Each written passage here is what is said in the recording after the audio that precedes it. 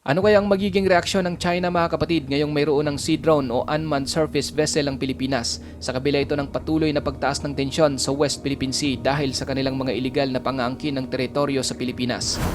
Bumisita sa headquarters ng AFP Western Command sa Palawan si US Defense Secretary Lloyd Austin kasama si Defense Secretary Gilbert Teodoro upang inspeksyonin ang mga bagong T-12 Unmanned Surface Vessel o USV na binili ng Pilipinas sa Amerika.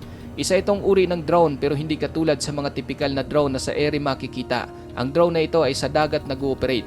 Pag-uusapan natin mga kapatid kung paano nakuha ng Pilipinas ang bagong sea drone na ito sa kabila ng pagiging gipit sa defense budget ng bansa.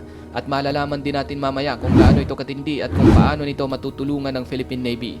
Bago tayo magpatuloy mga kapatid, may pakiusap lamang po ako sa mga dati at hindi pa nakasubscribe natin ng mga viewer na kung maaari papindot na lamang po ng all sa ating subscribe button nang sa gayon ay lagi kayong manonotify sa bawat video na ating ina-upload.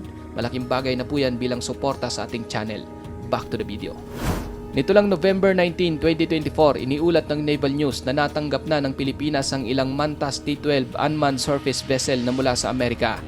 Ayon sa ulat mga kapatid, ang nasabing mga USV ay nakuha ng Pilipinas sa Amerika sa pamagitan ng foreign military financing ng US para matulungang may pagtanggol ng Pinas ang exclusive economic zone nito at soberanya sa South China Sea.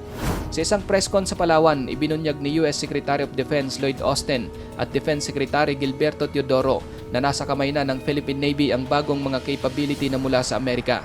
Binanggit din ni Austin na ang nasabing mga drone ay nakuha ng Philippine Navy dahil sa isang security assistance scheme ng US sa Pilipinas. Madadagdagan pa raw yan dahil popondohan pa ng Amerika ang pagkuha ng bansa ng mas maraming sea drone sa pamamagitan ng $500 million o 28 billion pesos foreign military financing na dati nang ipinangako ng Amerika sa Pilipinas noong July. Ngayon mga kapatid, nabanggit natin ang tinatawag na foreign military financing ng Amerika na siyang nagiging daan kung bakit nakuha ng Pilipinas ang nasabing mga drone sa kabila ng pagiging gipit sa budget ng bansa. So ano nga bang ibig sabihin nito?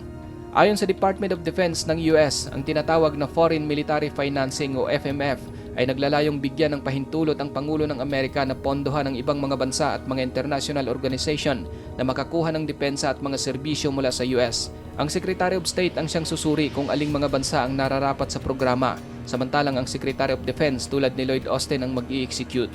Sa nasabing programa, magmumula ang pera na gagamitin para makuha ng isang bansa ang kinakailangang armas o depensa at maaari itong hindi bayaran o magsisilbing loan depende sa kung anong armas o serbisyo ang matatanggap ng bansa.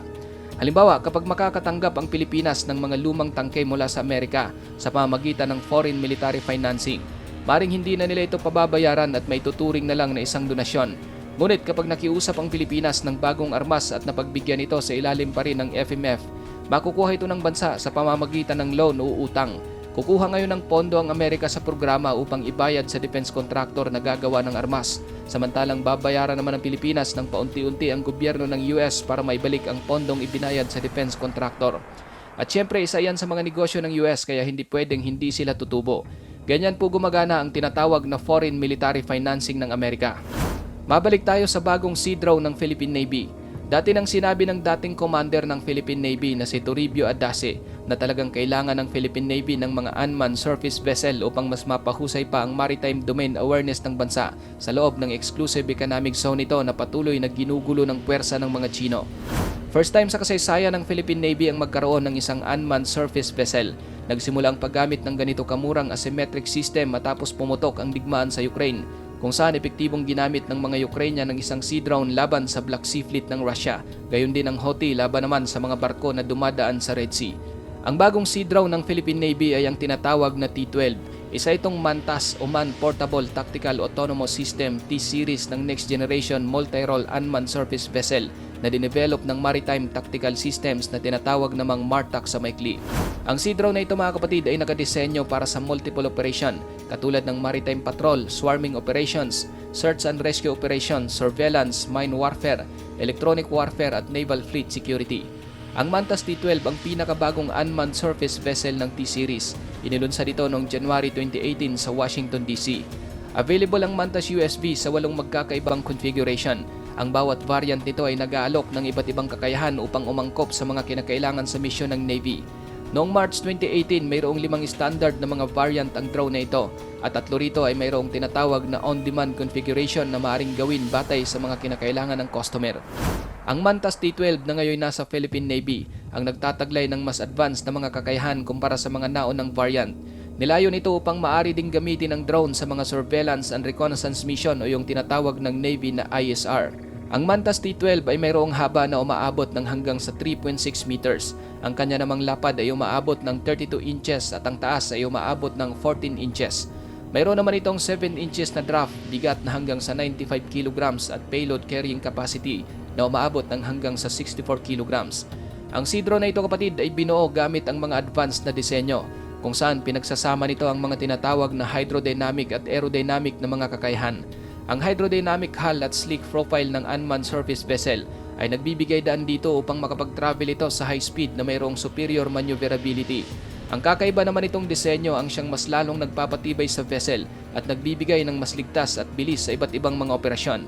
Napakadaling ilunsad ng Sea Drone na ito at ma-recover mula sa anumang malalayong lokasyon. Maaari itong i-deploy mula sa baybayin, mga barko o maging sa isang bangka. At dahil isa nga itong unmanned vessel, nami-minimize nito ang manpower requirements kung mayroong gagawing misyon at nababawasan ang mga potensyal na fatalities kapag nag-ooperate sa isang malupit na mga kondisyon. Pinapagana o kinokontrol ang isang Mantas T-12 USV sa pamamagitan ng isang nakalaang ground control station gamit ang tinatawag na Mesh Communication Network. Ngunit maaari ding makontrol ng isang ground control station ang sabay-sabay na pag-deploy ng mga drone. Nagtataglay ang T-12 ng Seaflare 230 Electro-Optic System, matitinding sonar scanning device at Black Hornet Nano Unmanned Aerial System para sa pagsasagawa ng mga intelligence, surveillance and reconnaissance mission. Mayroon ding kakaibang feature ang T-12 mga kapatid. Mayroon itong tinatawag na Gator Mode o Semi-Submersible Capability kung saan nagagawa nitong itago ang kanyang sarili sa pamamagitan ng bahagyang pagpapalubog nito sa tubig. Ginagawa yan ng T-12 para sa kanyang mga stealth mission. Maliban dyan, ang high definition naman itong video sensors ay nabibigyan ng drone ng isang 360 na view sa panahon ng kanyang mga misyon kung saan ang mga impormasyong nakukuha nito ay maaring gamitin upang bumuo ng mga plano na kinakailangan para sa karagdagang aksyon. Ang multi-role unmanned vessel na ito ay pinapagana ng isang single screw o twin screw electric propulsion system kung saan pinapagana naman ng electric propulsion ito ng mga bateryang mayroong high performance na nagmula sa Oak Ridge Global Energy Solutions. Ang Mantas T-12 ay maaring maglayag sa bilis na umaabot ng mahigit sa 30 knots. Mas mabilis pa ito sa kahit anong Coast Guard vessel ng China. Walang tinataglay na armas ang Sea Drone na ito, ngunit kung kinakailangan, mabilis lang itong lagyan ng explosive gaya ng ginagawa ng Ukraine nang atakihin ito ang mga barkong pandigma ng Black Sea Fleet ng Russia. Ngayon mga kapatid, sa kabila ng mga tensyon na nagaganap ngayon sa pagitan ng China at Pilipinas, kung saan malimit nakakaranas ng panghaharas ang mga barko ng Philippine Coast Guard sa may West Philippine Sea, partikular na sa tuwing magsasagawa ang mga ito ng resupply mission sa Ayungin Shoal. Paano kaya matutulungan ng T-12 unmanned surface vessel ang Philippine Coast Guard at Philippine Navy? Ayon sa isang eksperto na mula sa School of International Studies, maring ilagay ng Pilipinas ang mga system na ito sa frontline service sa isang lugar tulad ng Palawan, kung saan malapit at talaga namang nakaharap ito sa South China Sea. Maaari din namanong ipagamit ng Philippine Navy sa Coast Guard ang nasabing mga Sea Drone bilang resupply asset sa Ayungin Shoal. At bagaman di hamak na mas maliit ito kung ikukumpara sa isang tipikal na bangka, ngunit maaari pa rin itong makapagdala ng mga limitadong kargamento. Mas mainam daw kung mayroong maraming bilang ng ganitong drone upang nang sa gayon ay tulong-tulong itong maghatid ng mga supply sa BRP Sierra Madre. Kung makikita naman ng Navy at Coast Guard ng Pilipinas na magiging maayos ang gagawing misyon ng mga drone, maaari na nila itong gawing hindi lang pang-alternatibo kundi isa ng pangunahing tagahatid ng supply sa Ayungin Shoal. Ayon naman kay Lloyd Austin, ang mga bagong drone ay isang pangunahing kakayahan na magagamit ng puwersa ng Pilipinas upang protektahan ang soberanya nito at mag-operate sa buong exclusive economic zone ng bansa sa South China Sea. Sinabi rin ito na mayroon pang $95 million na halaga ng maritime security capabilities ang nakatakdang i-deliver ng Amerika sa buong Southeast Asia sa mga susunod na buwan. Layunin itong mabigyan ng higit pang mga kakayahan ang buong rehiyon upang palakasin ang mga estado na apektado ng maritime claim ng China sa South China Sea. At maaaring magkakaroon dito ng demonstrasyon o pagsubok sa mga armas sa darating na Balikatan 2025 o yung sanib puwersang pagsasanay militar sa pagitan ng Pilipinas at Amerika. Sa kasalukuyan, wala pang report ang Philippine Navy kung ilan ang eksaktong bilang ng mga Sea Drone na kanilang napili. Hindi rin nila kinumpirma ang posibilidad ng paggamit nito sa mga gagawing resupply mission. Maaring nagsasanay pa lang sila ng husto sa paggamit ng system o di naman kaya gagawin na lamang nilang lihim sa publiko ang paggamit ng nasabing mga bagong drone. Ikaw kapatid, anong masasabi mo sa videong ito? Para sa iyong opinion, i-comment mo na yan sa ating comment section sa ibaba. At kung nagustuhan mo naman ang videong ito, Paiwan naman ako ng like at pasubscribe na rin sa ating munting channel. Maraming salamat sa panonood hanggang sa susunod na naman nating upload. Peace out!